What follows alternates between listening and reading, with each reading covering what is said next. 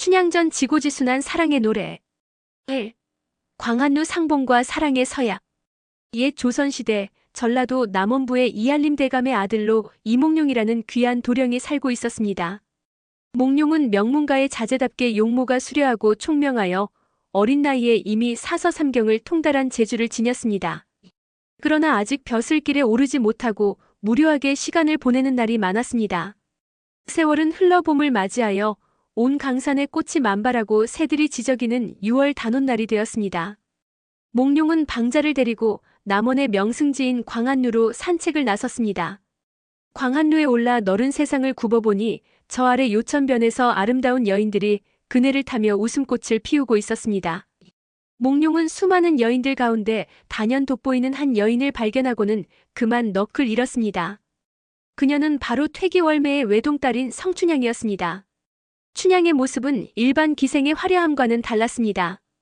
단정한 옷차림과 맑고 고운 자태는 마치 선녀가 지상에 내려와 단풍잎을 밟는 듯 했으며 그네를 힘껏 차 올릴 때마다 비단 치맛자락이 바람에 흩날리는 모습은 한 폭의 그림과 같았습니다. 빵자야, 이 고을에 저리 아리따운 여인이 있었다니 어찌 내게 일찍이 아뢰지 않았느냐? 당장 가서 저 여인의 정체를 알아오너라. 몽룡의 최근에 방자는 허둥지둥 대답했습니다. 도련님, 저 아이는 다름 아닌 퇴기월매의 딸 춘향이옵니다. 비록 어미의 신부는 천하나 그 미모와 절개는 감히 남원 제일이라 소문이 자자합니다. 남원의 사내들이 수없이 구애하였으나 춘향은 도무지 눈길 한 번 주지 않았다 하옵니다. 춘향의 이름과 사연을 들은 몽룡은 그녀에 대한 연모의 정이 더욱 깊어졌습니다. 그는 방자를 다시 춘향에게 보내어 자신과의 만남을 청했습니다. 그러나 춘향은 쉽게 응하지 않았습니다. 춘향이 방자에게 전한 말은 이러했습니다. 귀하신 사또의 자제분께서 어찌 천한 기생의 딸을 이리 가벼이 여기십니까? 진정 저를 만나고 싶으시다면 사대부의 도리대로 예를 갖추어 청하실 것입니다. 춘향의 당찬 태도에 몽룡은 그녀가 단순한 미생만을 가진 여인이 아님을 깨닫고 더욱 진심을 다하기로 결심했습니다. 몽룡은 즉시 춘향의 집을 찾아가 월매를 뵙고 정식으로 교분을 허락해달라고 청했습니다. 월매는 몽룡의 비범한 기품과 춘향을 향한 진실한 눈빛을 보고 크게 감동했습니다. 월매는 몽룡에게 춘향의 마음을 얻는 것이 먼저임을 일러주며 다음과 같은 시를 읊어 두 사람의 만남을 축복했습니다. 자네 춘향을 얻고자 하는가? 춘향은 하늘이 내린 사람이라 예물과 재물로는 얻을 수 없을 걸세.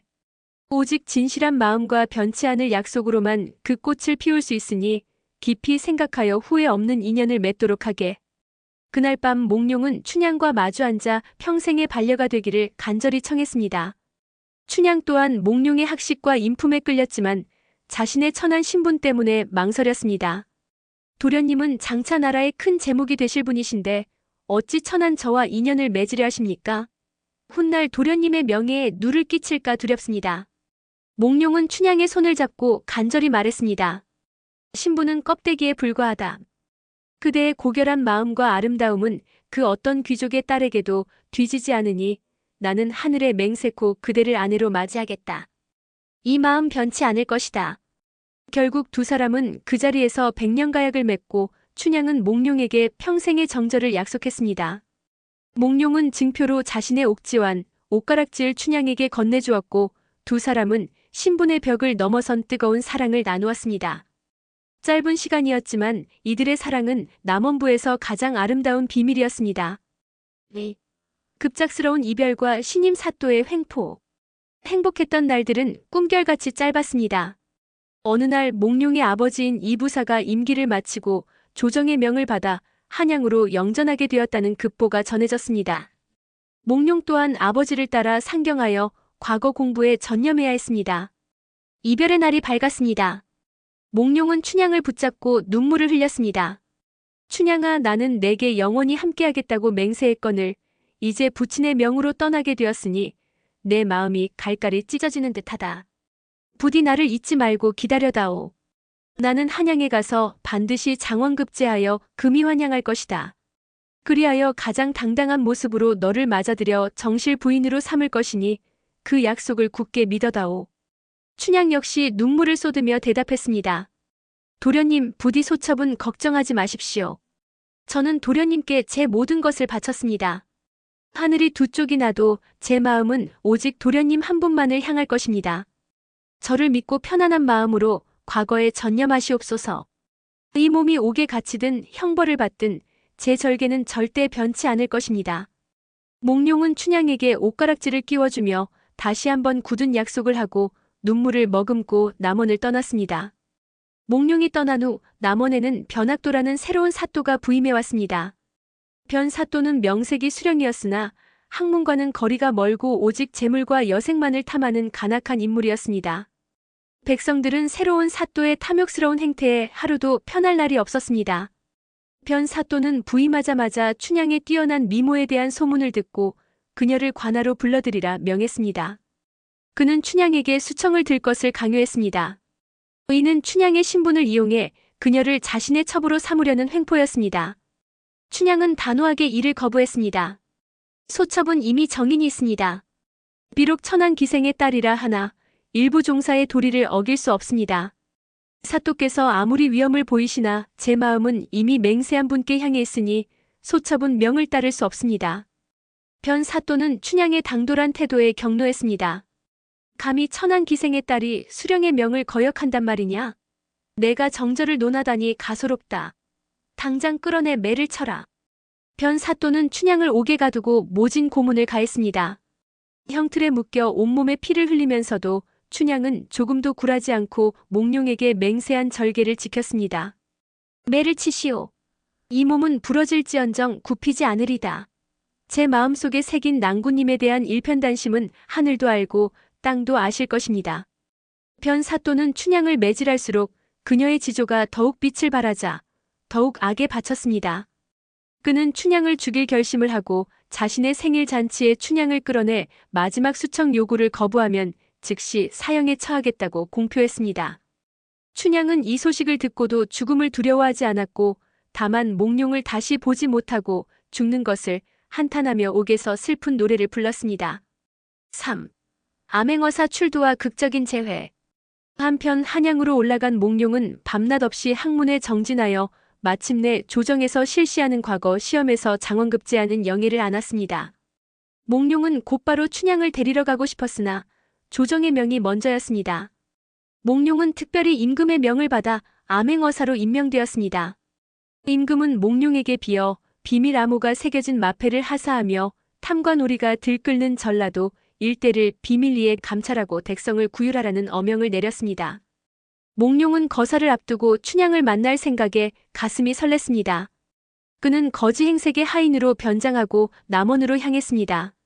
남원에 도착한 몽룡은 수소문 끝에 춘향의 집을 찾았으나 집은 황폐해져 있었고 월매만이 홀로 쓸쓸히 춘향을 그리워하며 살고 있었습니다. 월매는 거짓골을 한 몽룡을 보자마자 기쁨보다 실망과 분노에 휩싸였습니다.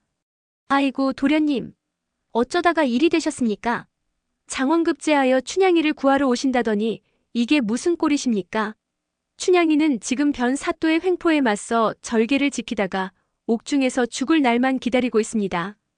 이제 내 딸이 죽게 되었는데 귀하신 도련님까지 일이 초라하게 되셨으니 이 어미는 누구를 믿고 살란 말입니까? 월매의 통곡을 들은 몽룡은 마음이 아팠지만 자신의 정체를 밝힐 수 없어 속으로 울었습니다. 그는 월매를 진정시키고 밤이 깊어지자 몰래 춘향이 갇힌 옥을 찾아갔습니다. 차가운 옥방 속에서 춘향은 병들고 초췌했지만 몽룡의 목소리를 듣자마자 그를 알아보았습니다. 하지만 몽룡의 처참한 행색에 춘향은 다시 절망에 빠졌습니다.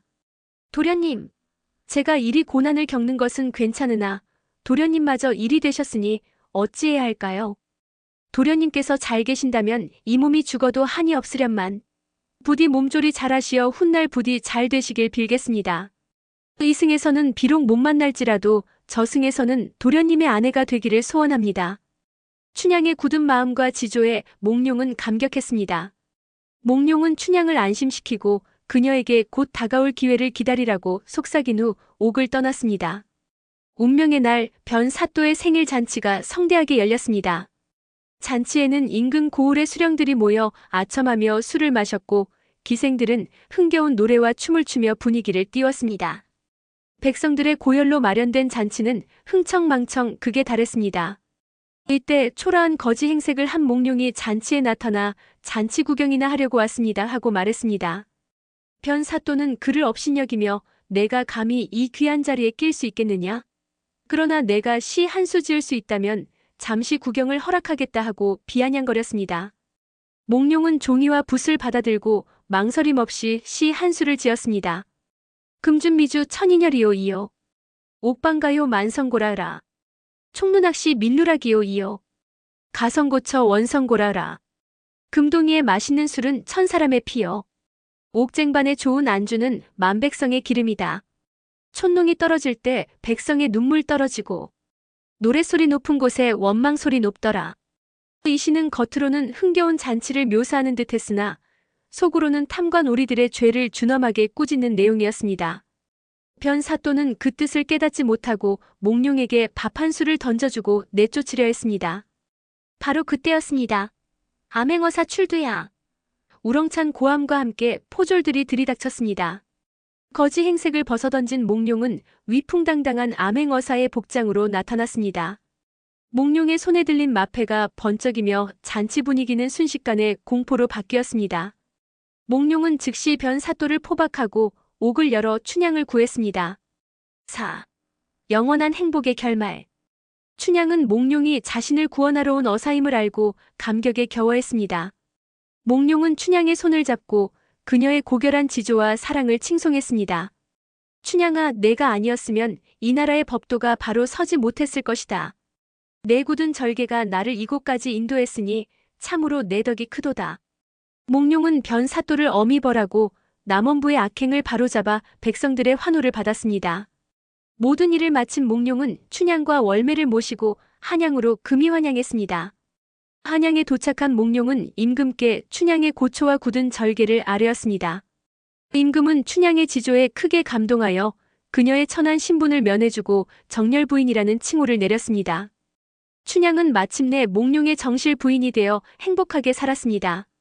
두 사람은 귀한 아들딸을 낳고 백년해로 하였으며 춘향의 이야기는 단순한 사랑 이야기가 아닌 불의에 맞선 민중의 절개와 진실한 사랑의 승리를 상징하는 영원한 고전으로 길이 전해지게 되었습니다.